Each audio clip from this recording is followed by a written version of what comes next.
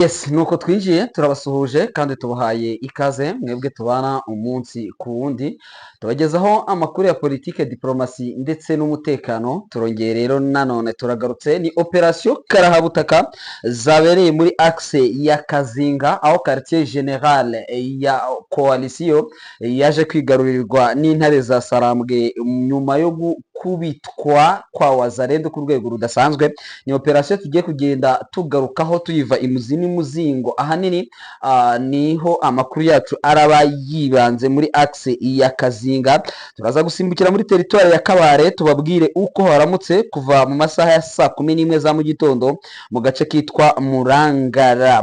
Ahangaha ni muri teritwari ya Kabare, turababwira uko bimeze kugeza magingo ayangaya. Ni isasu ku sasu, ibyo byose turagenda tubigarukaho. Turaza kuba tusimbukira muri parike nationale ya Virunga turebe uko bimeze muri axe ya Mabenga.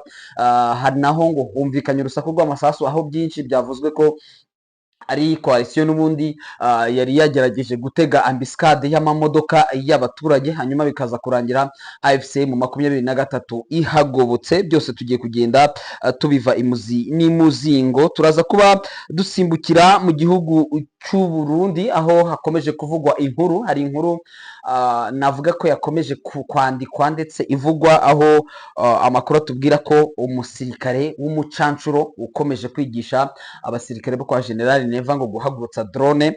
Makuru aratubwira ko umusirikare w'umubirigi yakubise bikomeye cyane umusirikare w'umurundi, ngo bikababaza benshi babibonye cyangwa se benshi bagiye babikurikira.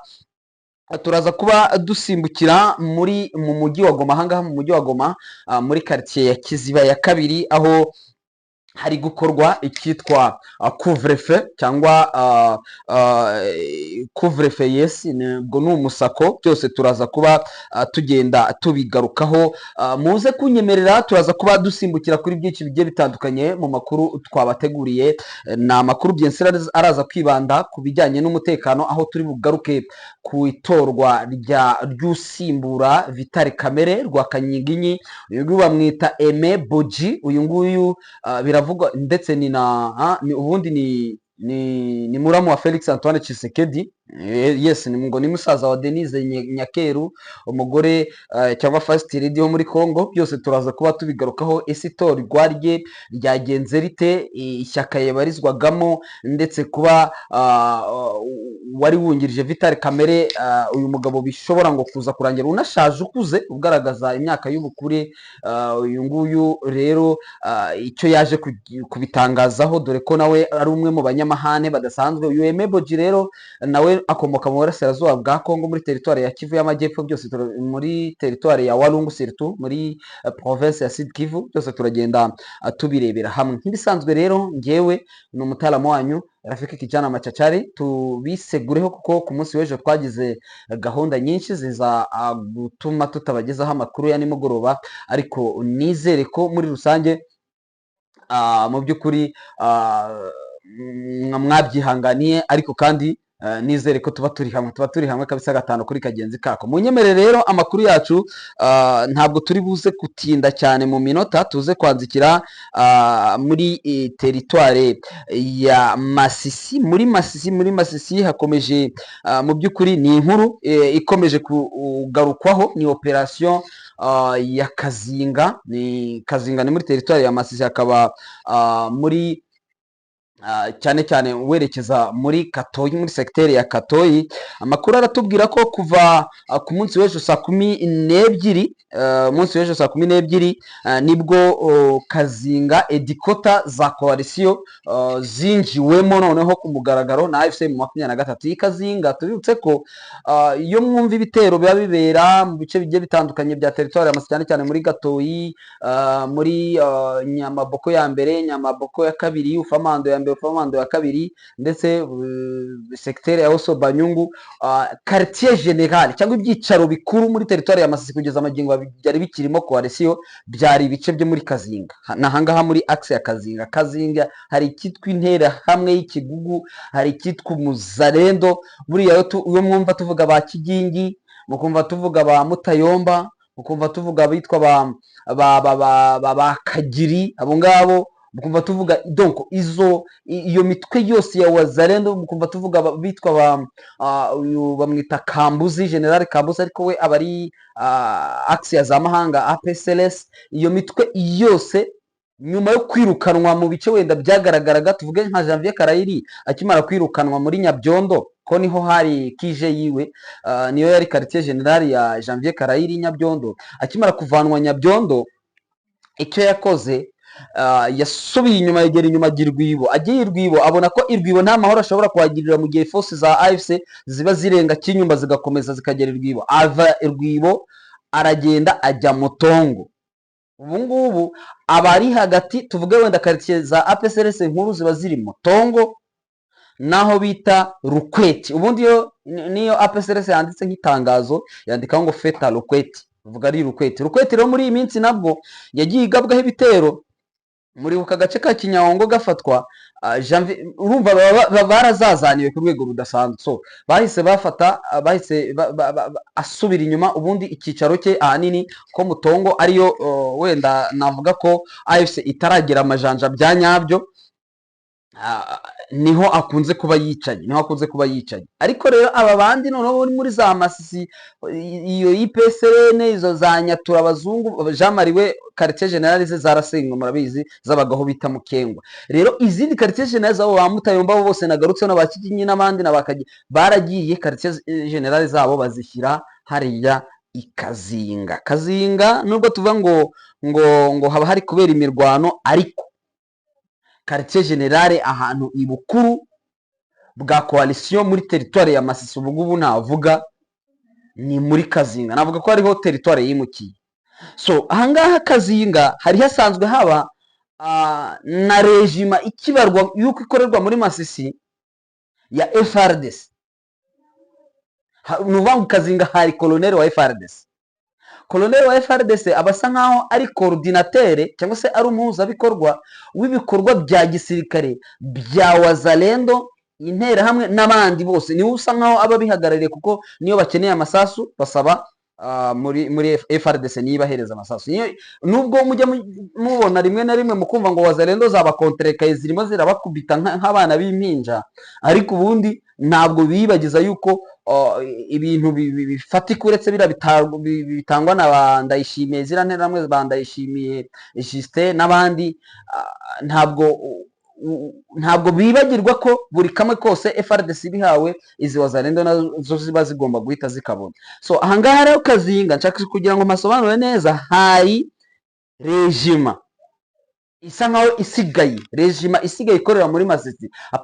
Apana bya bitero by'ubucengezi byo kugenda hari aho bari bicaye neza nyine batekanye. So amakuru atubwira ko ku munsi w'ejo aribwo AFC nyuma y'ibitero bimaze iminsi, uruzine operation zimaze iminsi, ariho headquarters cyangwa quartier general ya regima nibwo yafashwe. Hanyuma uwayiyoboraga yitwa Colonel Moko, niwe waje guhunga nkuko byagiye bikomeza kugenda bivugwa. Uyu nguyu rero yaje kuhunga, aramanuka ahita yerekera muri territoire ya Warikare. FRDC, Wazalendo, FDLR ndetse n'ingabo z'u Burundi cyangwa FDNB mu by'ukuri bababarijwe muri operation ikomeye cyane nkuko amakuru akomeje kugenda abivuga, ndetse akaba ari imirwano imaze 4 jours, minsi successive, nta gutuza. Intare za Saramwe ziri ari urugamba, ari urugamba rw'imberenge nkuko abavandimwe bakunze kubivuga. Ntabwo ari rwa rugamba uvuga ngo habayeho ngo infiltration kwa kundi tuba turi kuvuga. Hanyuma amakuru avuga ko gutakaza Kazinga kwa coalition ni nko kubura umubyeyi, nkuko benshi bakomeje kugenda babivuga ati ni nko kubura umubyeyi, kuko urumva batakaje ikintu gikomeye cyane ahantu hari ikicaro cya regima ya FRDC. Iyi Kazinga yari izingiro ry'ubwihisho bwa coalition. Hanyuma amakuru akavuga ko Kazinga igereranywa na Nzibira. Iyi Kazinga igereranywa na Nzibira, bivuze ko rero ingabo za M23 ngo zahuje force mu by'ukuri donc ni ukuvuga ko AFC muvandimwe se mwakabyara mwe rero bikaba bisobanuye ko M23 force zabo zisa nkaho zahuye. Ahangaha bishatse kuvuga ko force za M23 zari Kibabi, zari Cyugi, zari Gatobotobo, zari Ruki, bamaze deja guhura n'abari Kayanja na Gasopo ndetse Mahanga, bagiye kujya mu by'ukuri bahurira muri axe ya Mahanga yose, basa nkaho kuko iyi Mahanga nayo ni izingiro rya coalition, ariko yo nayo bayirimo kuva kera kandi bayimaze n'igihe kirekire. Bikaba bivuga ko force za AFC zisa nkaho zamaze guhura, zaba izaturutse zaba iziri muri axe yo mu cyerekezo cya Warikare, bagiye guhura na axe urumva ziturutse muri Ruki, basa nkaho Mahanga Kamanga bagiye kujya bagahuriramo, turutse hepfo bazamuka, abaturutse hino nabo baza, noneho barangiza bagahita bahahurira. So ibi ngibi bishatse gusobanura iki? Ibi bishatse gusobanura ko territoire ya Masisi navuga ko iri ku kigero cya 90, wenda territoire ya Masisi ni nini, simvuga ngo mu kigero cya 90, ntabwo ndavuga 100%, ikigero wenda cya 90 na 90 wenda na 5, kuko groupement y'abashari Mokoto niyo igiye gusigara igifite cya kibazo, kandi cya kibazo nacyo kiri muri axe zijya kubyiga gatoya territoire ya Warikare, cyangwa zijya kwegera territoire ya Warikare. Bishatse byerekana ko ubundi kubazi cartographie ya territoire ya Warikare, territoire ya Warikare emeze, reka mvuge ligne courbe, kubazi ligne courbe cyangwa imeze itya, twavuga ko ari nk'uku nguku, kuko urumva ko ikoze kuri territoire ya Lubero, noneho ikongera ikabinuka igafata kuri territoire ya Masisi, igakomeza ikagenda igakora kuri territoire ya Kabare, igakomeza ikagenda igakora deja kuri territoire ya Kabare.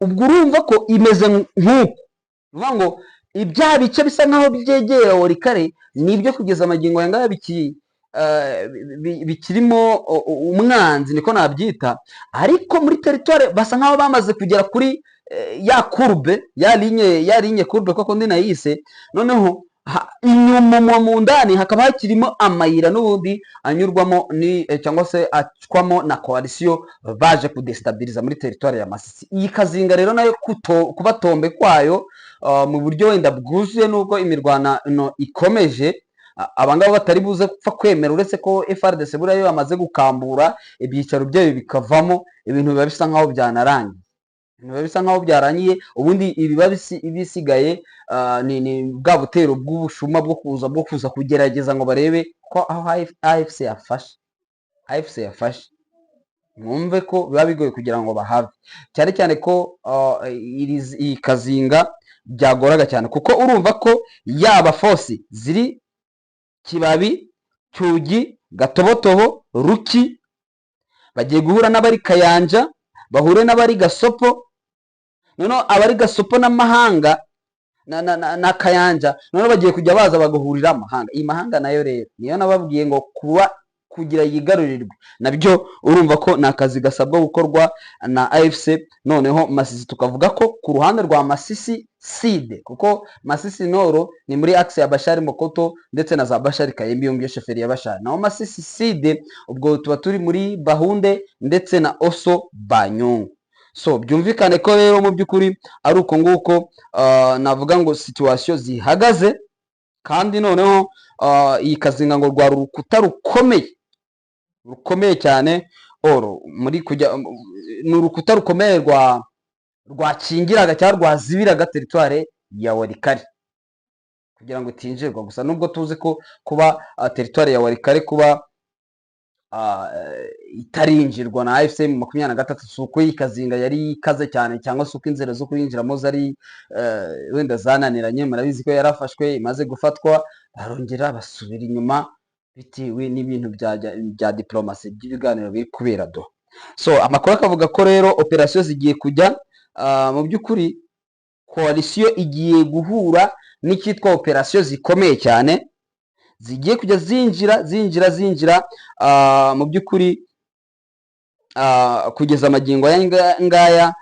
Twavuga ko ingaruka zikomeye cyane zigiye kuba kuri coalition, kandi noneho ahangaha urumva ko mahanga nimara kuvamo teritware ya Masisi ku kigero navuga Masisi no Masisi Masisi Sud yose irabima ibaye tombe, hanyuma hasigara agace gatoya ko muri Masisi Noro kariya n'ubundi nababwiye ko muri groupement B Mokoto Bashari Mokoto, noneho nayo na amalokalite harimo Rukweti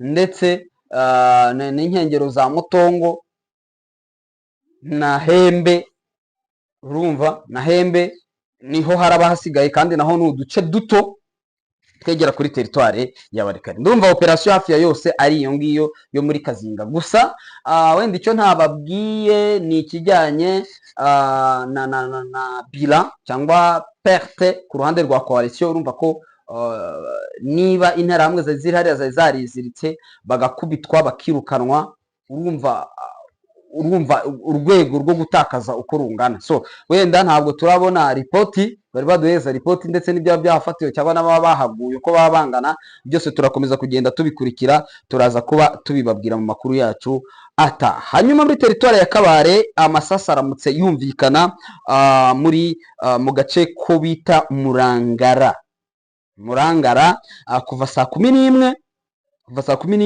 nibwo amasasu yari kumvikana. Biravuga ko ari uwazalendo n'ubundi zari zisa nkaho zahagabye igitero ziturutse mu ishyamba rya Mbayo, ariko amakuru aratubwira ko bigeze mu kanya Mbayo ahubwo ariho hari kubera urugamba. Nivuga ngo Mbayo, twababwiye ko Mbayo hakunze kubera urugamba cyane, ni mu nkengero za Parike Nationale ya Kahuzi-Biega. Yes, ni muri parike, mu nkengero za parike ya Kahuzi-Biega. Urumva ko mu by'ukuri bakomeje kugenda babakuye aho ngaho muri ako gace ka Murangara, barabakomezanya. Ubu ngubu twavuga ko barimo barahanganira muri axe ya Mbayo. Ni interahamwe z'ikigugu ziba muri parike nationale Kahuzi-Biega. Gusa force zacu murabizi ko nigeze mbumvisha ukuntu biba bimeze hariya, nuko situation ziba zikomeje kugenda zitwara. Hanyuma ahangaha tuhavuye duhite dusimbukira muri Mabenga. Ahangaha ni Kiwanja, ni mu nkengero za Kiwanja. Makuru avuga ko mabandi yinjiriye ku muhanda ujya nyine Kanyabayonga Biensisira aho bita Mabenga ku kiraro. FDLR murabizi ko zanageze, barinjiye n'ubundi bagera no muri Kiwanja, bajya binjira n'ubundi bakaza gukora bya bitero byabo by'ubucengezi. Basahuye imodoka zajyaga Butembo zari ziturutse mu mujyi wa Goma.